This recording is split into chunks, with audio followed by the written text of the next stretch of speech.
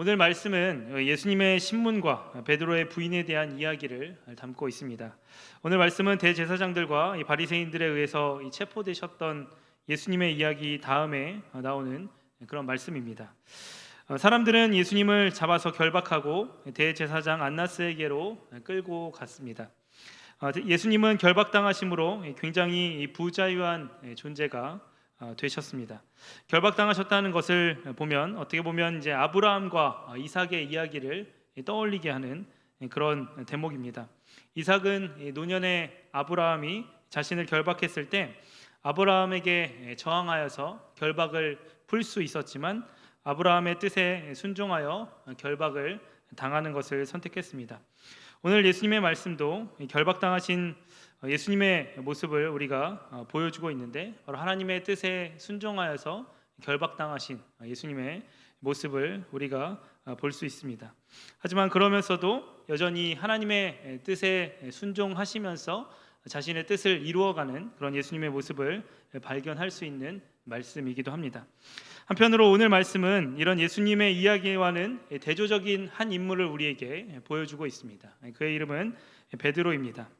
베드로는 그가 결박당하지는 않았지만 두려움에 사로잡혀 결국 예수님을 배신하고 마는 그런 모습을 보여주고 있습니다. 오늘 말씀을 통해서 우리가 결박당하셨지만 하나님의 뜻을 이루어 나가는 예수님과 결박당하지 않았음에도 불구하고 두려움에 사로잡혀 옴짝달싹하지 못했던 베드로의 이야기를 함께 나누면서 말씀이 우리에게 하고자 하는 말이 무엇인지 살펴봄으로 하나님께서 우리에게 주시는 은혜를 나눌 수 있었으면 좋겠습니다. 사람들은 예수님을 잡아 결박하고 이 대제사장 안나스에게로 끌고 갔습니다. 이 안나스는 AD 6년에서 AD 15년까지 대제사장직을 맡았던 사람이었습니다. 안나스는 수리아의 총독인 구레뇨에 의해서 이제 임명을 받게 되었고 빌라도의 전임자였던 발레리우스 그라투스에게 면직을 당했습니다. 하지만 안나스는 면직을 당한 이후에도 계속해서 상당한 영향력을 행사하는 대제사장이었습니다. 이는 많은 유대인들이 안나스의 해임에 대해서 그것이 독단적인 그런 해임의 결과로 이루어진 것이라고 생각했기 때문이었고, 또한 이 한번 대제사장은 유대 율법에 따르면 한번 대제사장은 끝까지 대제사장이기 때문에 항상 그 영향력을 행사할 수 있었던 것입니다. 뿐만 아니라 자기의 사위인 가야바와 또 자신의 아들들도 계속해서 대제사장이었기 때문에 그 가문의 수장으로서 굉장히 큰 영향력을 행사했던 사람이 바로 이 안나스라고 하는 인물이었습니다. 비록 이런 배경을 가지고 우리가 이 로마에 점령하는 대제사장이 이 안나스라고 하는 인물이 유대교의 아주 큰 인물이었다라고 하는 그런 배경을 가지고 우리 오늘 말씀을 한번 다 같이 살펴보았으면 좋겠습니다. 우리 먼저 15절에서 17절 말씀 우리 함께 같이 읽어보도록 하겠습니다. 15절에서 17절 말씀. 시몬 베드로와 또 다른 제자 한 사람이 예수를 따르니 이 제자는 대제사장과 아는 사람이라 예수와 함께 대제사장의 집 뜰에 들어가고 베드로는 문 밖에 서 있는지라 대제사장을 아는 그 다른 제자가 나가서 문 지키는 여자에게 말하여 베드로를 데리고 들어오니 문 지키는 여종이 베드로에게 말하되 너도 이 사람의 제자 중 하나가 아니냐 하니 그가 말하되 나는 아니라 하고. 대제사장을 아는 제자가 요한일 것이라는 이제 주석도 있고 또 아닐 것이다 요한이 아닐 것이라고 하는 주석도 있습니다. 사실 이 대제사장을 아는 제자가 누구인지에 대한 정확한 정보는 우리가 알 수 없습니다. 그럼에도 불구하고 이제 추측하여서 이제 요한일 것이다라고 하는 주석에 따르면 요한은 비록 어부였지만 요한의 사회적 출신 성분이 결코 열등하지 않았다 그렇게 말하고 있습니다. 요한의 아버지 세베대는 마가복음 1장 20절에서 종들을 거느리는 사람으로 나오고 요한과 형제 야고보 또는 야고보의 어머니는 명성에 대한 야망을 품고 있었던 사람이었습니다. 또한 요한 자신이 대제사장 가문 출신일 가능성도 우리가 배제할 수 없습니다. 아는 사람, 오늘 말씀에서 이 아는 사람이라고 나오는 것은 단순히 이제 면식이 있는 것을 넘어서서 좀 더 친밀한 관계를 뜻하기 때문에 아마도 이 대제사장 가문과 관련이 있었던 사람이 아니었나 그렇게 우리가 생각해 볼 수 있을 것 같습니다. 이 대제사장 안나스의 집 뜰을 지키고 있는 여인이 오늘 말씀에서 베드로에게 이렇게 이야기합니다. 너도 이 사람의 제자 중 하나가 아니냐? 어떻게 보면 이 질문은 내가 예수님의 제자이면 내가 그 사실을 가지고 어떻게 하겠다는 말을 한다기보다는 어떻게 보면 사실을 확인하는 질문일 수도 있을 것 같습니다. 다른 제자의 부탁으로 여인은 베드로를 안으로 들여 보내주었기 때문에 베드로에 대해서 이렇게 추궁할 이유가 크게 없었다라고 하는 것이죠. 하지만 베드로는 혹여 내가 예수님과 관련이 있으면 나에게 어떠한 위험이 있지는 않을까라고 하는 그런 생각 때문에 바로 나는 예수님의 제자가 아니다 그렇게 대답하고 있는 것을 볼 수 있습니다. 방송에서 들었던 이야기인데요. 굉장히 영어를 잘하는 그런 여성분이 있었다고 합니다. 근데 이분이 이제 미국에서 살면서 굉장히 영어를 유창하게 하고 항상 이제 영어만을 사용하는 그런 분이셨는데 미국에 살면서 이제 교통사고를 당하게 되었다고 합니다. 자신이 늘 영어로 소통하고 영어를 사용하기 때문에 위급한 순간에 자기가 help me 이렇게 대답할 줄 알았는데 사고를 당해서 도와주세요 이렇게 이야기할 줄 알았는데 당장 그렇게 죽을 것 같은 순간이 찾아오니까 이 여자분이 살려주세요 이렇게 이야기를 했다고 합니다. 위기의 순간에는 본능적으로 자기에게 가장 편한 모국어였던 한국어가 나오게 되었다라고 하는 것이죠. 오늘 베드로의 부인을 보면 베드로는 어떤 빠른 계산에 의해서 나는 예수님의 제자가 아니다 그렇게 대답한 것은 아니었습니다. 그저 본능적으로 자기가 위험하기 때문에 그 위기를 모면하기 위해서 본능적으로 나는 예수님의 제자가 아니다 그렇게 대답을 했던 것입니다. 여러분 어떻게 보면 이러한 모습을 우리가 발견하는 것이 신앙의 여정 가운데 우리가 거칠 수밖에 없는 필연적인 과정이라는 생각이 듭니다. 마음이 원이로 돼 육신이 약함을 우리는 경험하게 된다라고 하는 것이죠. 베드로는 그래도 나름 자신이 예수님의 제자이기 때문에 예수님이 신문당하는 장소까지 가고 싶은 마음이 있었던 사람이었습니다. 그리고 그곳까지 이르렀던 그런 예수님에 대한 어떤 충성된 마음이 있었던 사람이었습니다. 하지만 그렇게 예수님을 위해서 자신의 목숨까지도 내어놓겠다고 고백했던 베드로였지만 베드로는 여인이 무심코 던진 질문에 무너져 내리고 말았다라고 하는 것이죠.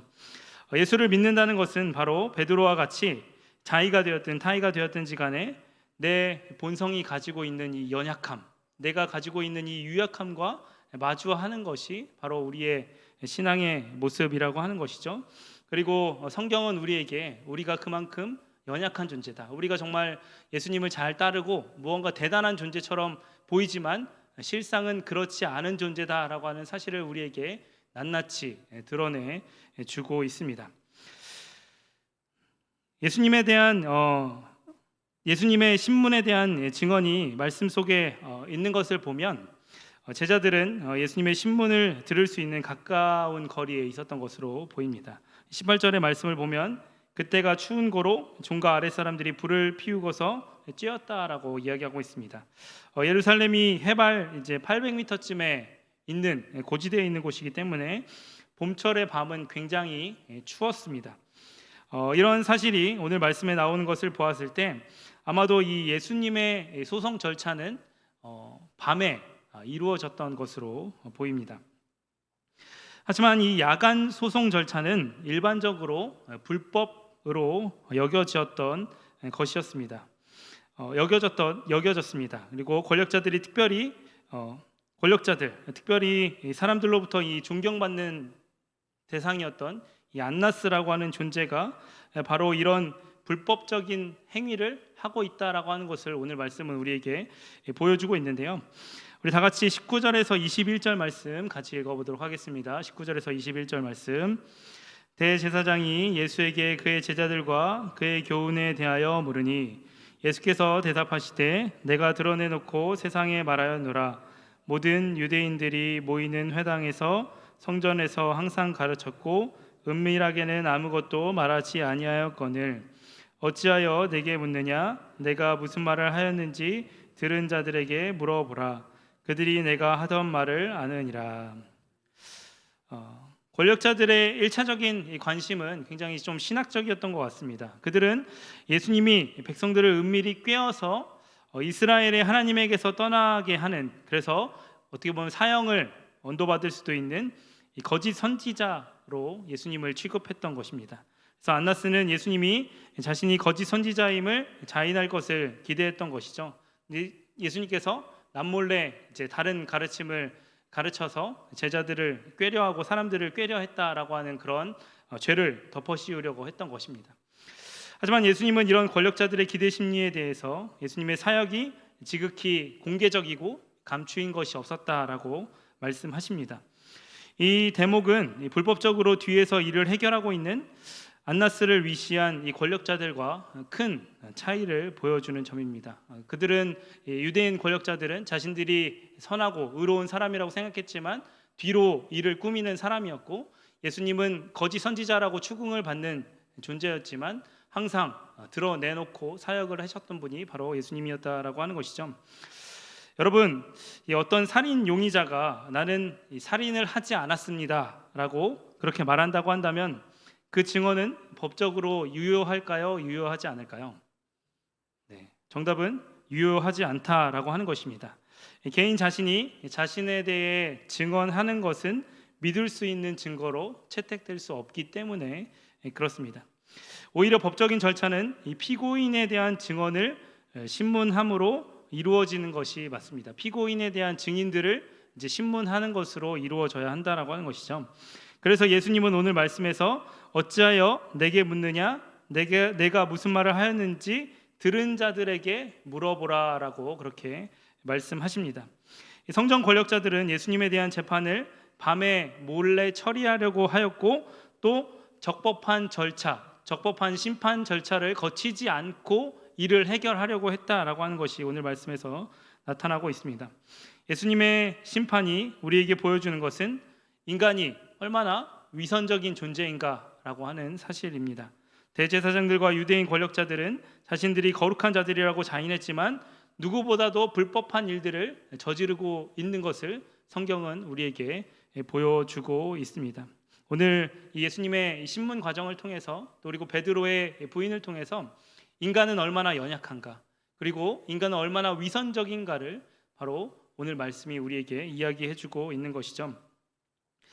우리 또한 22절, 23절 말씀 같이 읽어보도록 하겠습니다. 22절, 23절 말씀. 이 말씀을 하심에 곁에 섰던 아랫사람 하나가 손으로 예수를 쳐 이르되 내가 대제사장에게 이같이 대답하느냐 하니, 예수께서 대답하시되 내가 말을 잘못하였으면 그 잘못한 것을 증언하라. 바른 말을 하였으면 내가 어찌하여 나를 치느냐 하시더라. 대제사장의 아랫사람은 예수님이 반론하자 감히 대제사장에게 반박하냐라고 하며 예수님께 폭력을 휘둘렀습니다. 그는 예수님의 말이 옳고 그른지를 이제 판단하지 않고 권력에 반발했다라고 하는 이유로 예수님께 폭력을 행사하고 있습니다. 굉장히 기계적이고 폭력적이고 또 사고하지 않고 하는 일으키는 폭력을 저지르고 있습니다. 내 편이 정의이기 때문에 상대편은 무조건 부정의하다라고 하는 것을 깔고 그렇게 폭력을 휘두르고 있는 것이죠. 우리는 오늘 예수님께서 폭력을 가하는 이 아랫사람의 이야기를 통해서 사실은 내가 하고 있는 많은 행동들이 이것이 옳은 일인지 그른 일인지 판단하지 않고 그저 내게 주어진 일이기 때문에 내가 하고 있는지는 아는지 스스로를 돌아보라고 그렇게 말씀하고 계십니다. 그리고 예수님께서는 이 성전 권력자들에게도 그들의 재판이 불법적이라는 것을 말씀하셨을 뿐만 아니라 그 성전 권력자들을 자신의 권력을 유지하도록 도와주는 하수인인 이 아랫 사람에게도 그의 폭력에 대한 죄를 묻고 있는 것을 우리가 발견하게 됩니다. 내가 누군가의 도구로 사용된다고 해서 내 죄가 없어지는 것은 아니다라고 예수님께서는 말씀하고 계십니다. 그렇기 때문에 우리는 더더욱 생각 없이 죄를 행하는 것과 내가 죄의 도구로 사용된다라고 하는 것이 변명의 여지를 남겨주지 않는다는 사실을 기억하고 우리에게 주어진 삶에서 옳고 그름을 판단할 수 있는 그런 능력을 가지고 그 일을 행사할 뿐만 아니라 나의 죄에 대해서 어떠한 변명도 할 수 없다라고 하는 사실을 우리가 기억하며 나아갈 수 있기를 바랍니다. 예수님처럼 이 권위 앞에 자기 자신을, 자기 확신을 단언적으로 내보이는 것은 아마도 이제 놀랄 만한 일이었을 것입니다. 예수님은 이 권력에 꺾이지 않는 모습을 보여주셨습니다. 요세푸스가 이야기하듯이 주로 일반적으로 이제 고소당한 사람들은 일반적으로 재판장 앞에서 겸손한 태도를 유지하면서 두려워하면서 자비를 구하는 것이 대체적으로 일반적인 모습입니다. 우리가 법정 앞에 설 때 심판장의 그런 판사의 어떤 선처를 바라는 것이 어떻게 보면 당연한 마음이겠죠. 하지만 예수님은 권력자들에게 꺾이지 않으시고 올바른 것이 무엇인지를 증언하고 계십니다. 진리이신 그분께서 진리가 삶 속에서 어떻게 나타나야 하는지를 계속해서 보여주는 것이 바로 오늘의 말씀인 것입니다. 우리 다 같이 25절에서 27절 말씀 같이 읽어보도록 하겠습니다. 시몬 베드로가 서서 불을 쬐더니 사람들이 묻되 너도 그 제자 중 하나가 아니냐?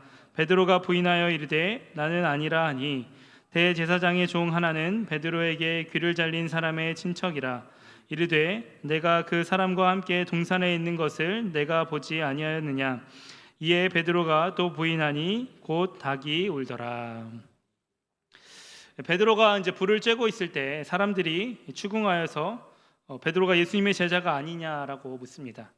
베드로는 더 두려운 마음이 들었을 것입니다. 베드로는 예수님을 부인합니다. 그리고 귀를 잘린 사람의 친척이 베드로에게 예수님과 함께 동산에 있는 것을 내가 보았다라고 그렇게 이야기하자 다시 한번 예수님을 부인하였습니다.